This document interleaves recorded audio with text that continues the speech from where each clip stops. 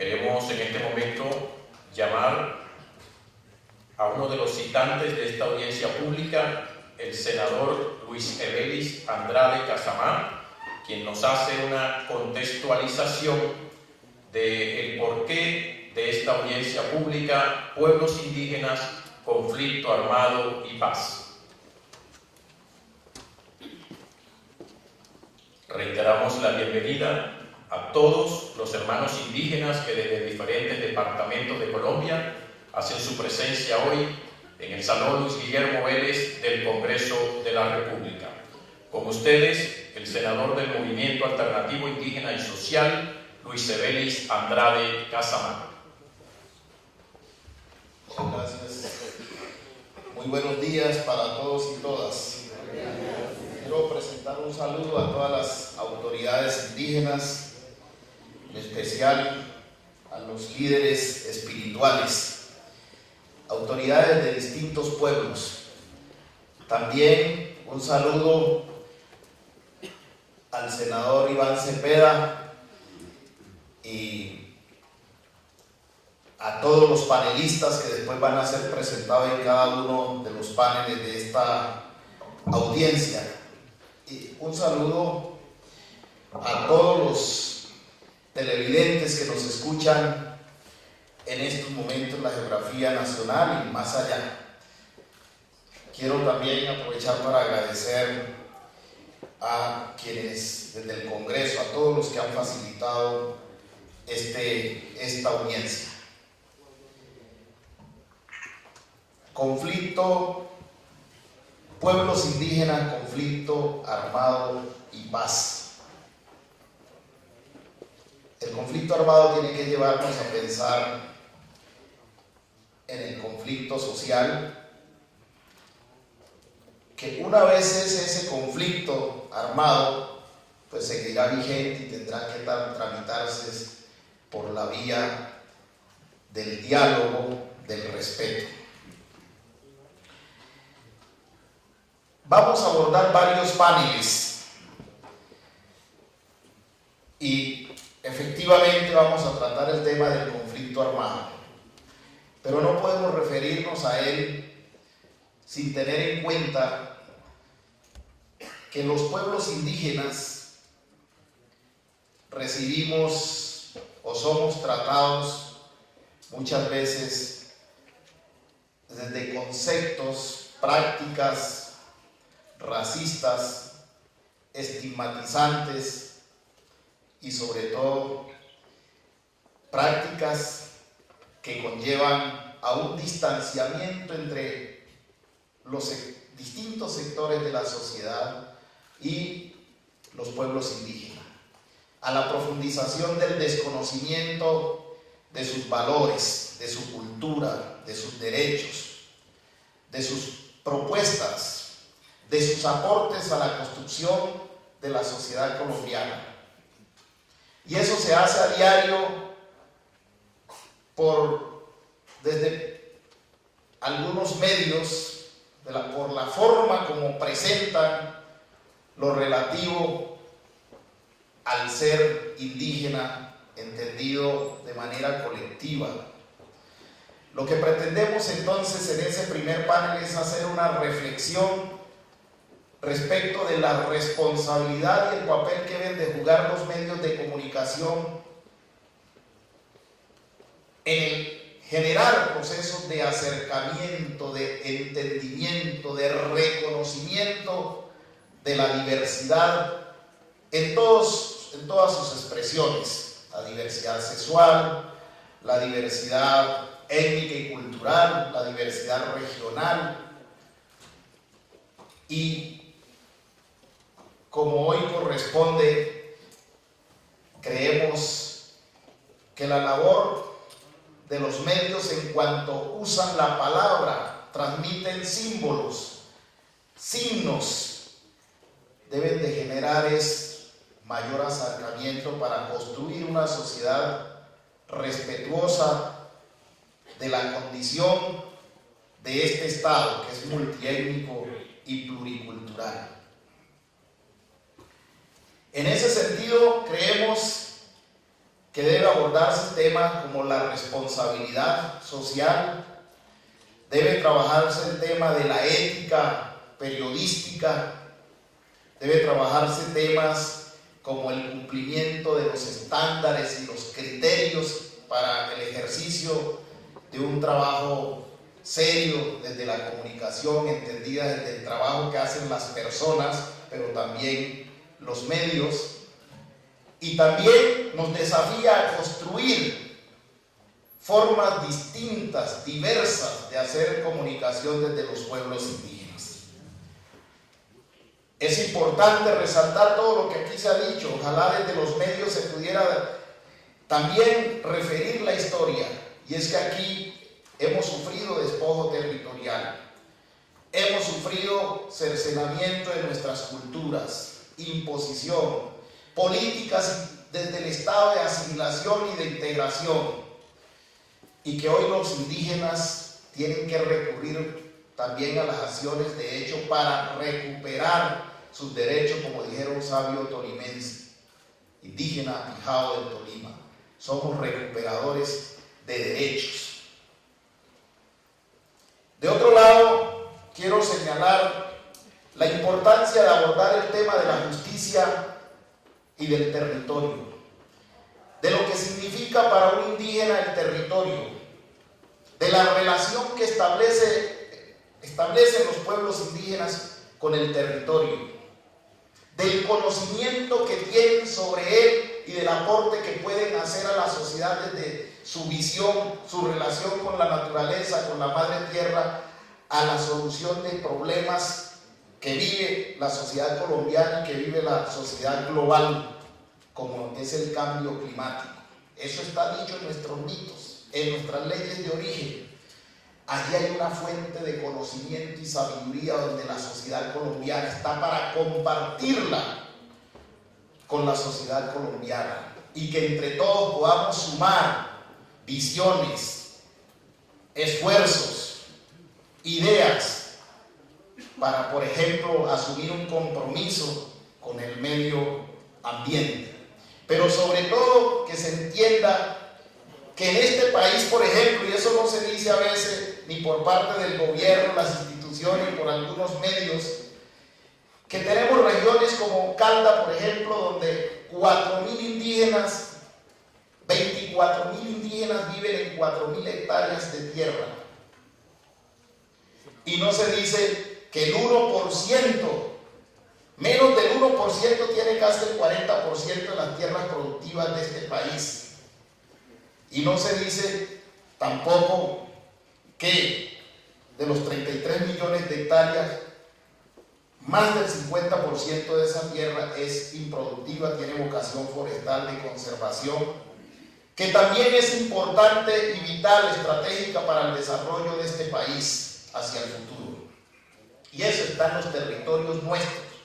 Y no se le dice al país que no hay más de 300.000 hectáreas de tierras compradas por el Estado para dotar a los indígenas de tierra. Lo que el Estado ha hecho es reconocerle a los indígenas lo que han tenido en propiedad ancestral, y en algunos casos devolverle, porque lo han reclamado por vía de hecho, lo que ha sido de ellos, y que hasta fueron resguardos coloniales y luego disueltos por este Estado, por la República, y que corren riesgo también de perderse por todos los proyectos que hay y los intereses que hay sobre esos territorios. El tema de la justicia.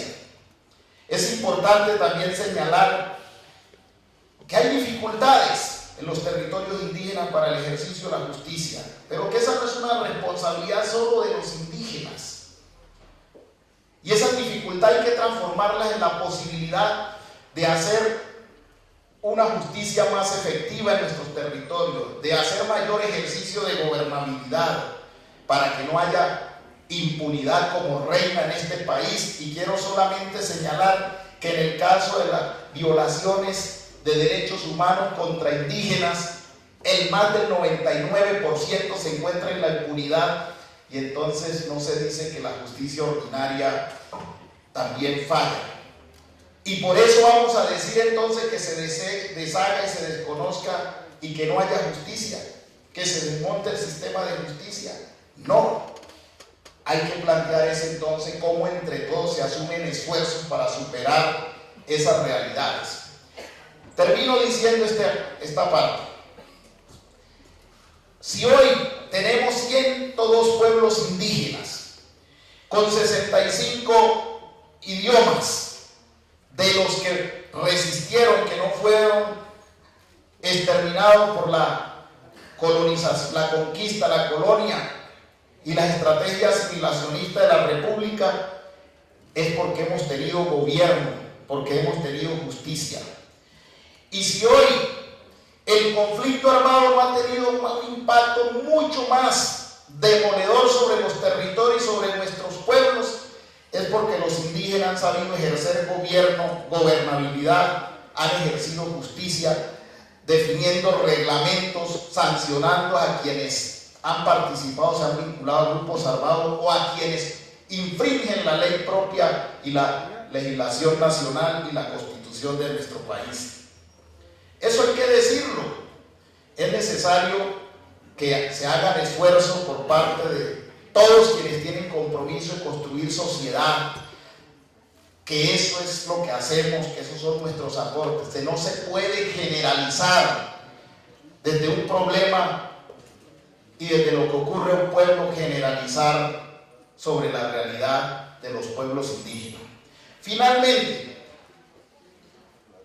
los pueblos indígenas y sus organizaciones siempre han desarrollado una posición de autonomía frente al conflicto armado y sus actores.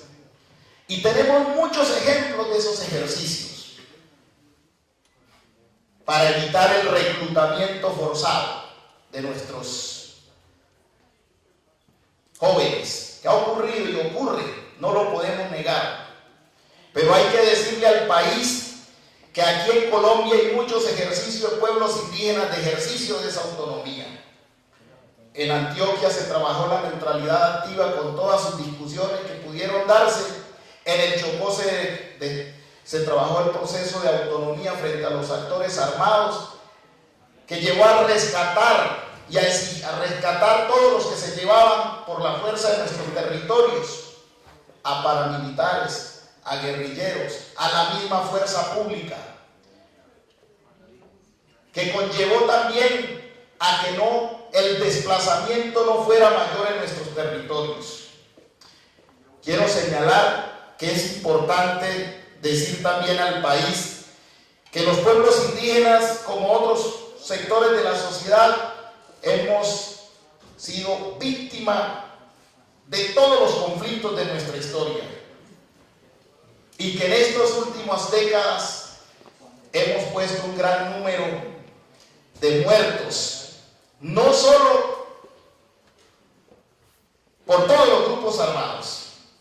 Recuerdo los 72 dirigentes asesinados por las FARC del pueblo coreguaje, sabios espirituales. Recuerdo las masacres cometidas por paramilitares en Cauca, en el Pacífico, en la zona andina, pero también hemos visto comprometida muchos miembros de la fuerza pública en la violación a los derechos humanos y en los asesinatos de nuestros dirigentes. No se puede entonces señalar, es necesario que se conozca esa realidad, lo que los indígenas hacen en sus territorios para ejercer la autonomía del gobierno y permanecer allí. Y eso es presencia del Estado también. De otro lado, quiero también señalar que los pueblos indígenas no solo somos, como vamos a hablar en ese tercer panel de conflicto armado y paz, los pueblos indígenas, como lo dijo el hermano, somos constructores de paz, no solo con los seres humanos, somos constructores de paz con la madre naturaleza. Y por eso en la 46-33 establecimos que también el territorio es víctima. La paz se tiene que construir entre los seres humanos, entre pueblos diversos. reconociéndonos como diferentes, respetando el derecho de cada uno, pero definiendo propósitos comunes para que todos podamos vivir en armonía. Es eso lo que le asiste a la sociedad colombiana, a la institucionalidad, a todo el que a través de sus palabras, a través de sus expresiones,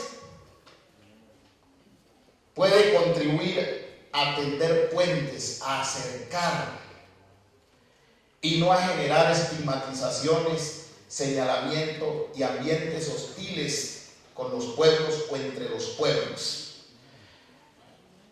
La sociedad colombiana requiere terminar el conflicto y por eso los pueblos indígenas han dicho: cuenten con nosotros para la paz, nunca para la guerra. Pero no es posible que haya paz si terminado el conflicto armado tenemos una institucionalidad que no se adecua a las nuevas realidades políticas de un Estado pluriétnico y pluricultural y que se profundice en todas sus dimensiones.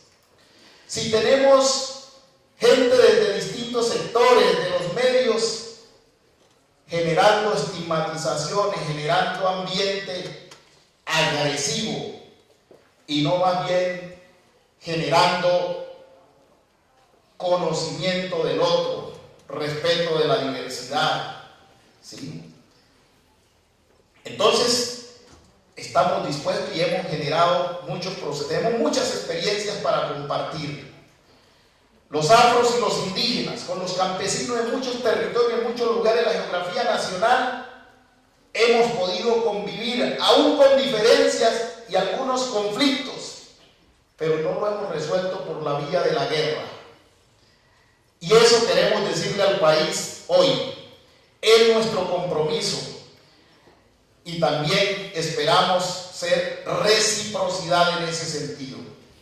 Aprovechemos entonces esta audiencia para generar esos análisis, esas reflexiones y de aquí, entre todos los que estemos comprometidos con la paz, con la armonización, realmente con la armonía entre los pueblos, lo cual no implica ausencia de diferencia y conflicto, nos dispongamos entonces a generar una pedagogía, una minga por el abrazo entre todos, por el reconocimiento, por el respeto, por el entendimiento y por la construcción de una sociedad realmente intercultural. Que nuestros mayores, que nuestros espíritus entonces nos acompañen en esta tarea. Y antes de cerrar quiero señalar, me han dicho que allá hay el SMAT no está dejando pasar a los indígenas y a los campesinos, a los afros de una marcha. Espero que el gobierno le dé un manejo adecuado, que bajo el diálogo se pueden resolver todas las diferencias y se pueden llegar a acuerdos. Muchas gracias.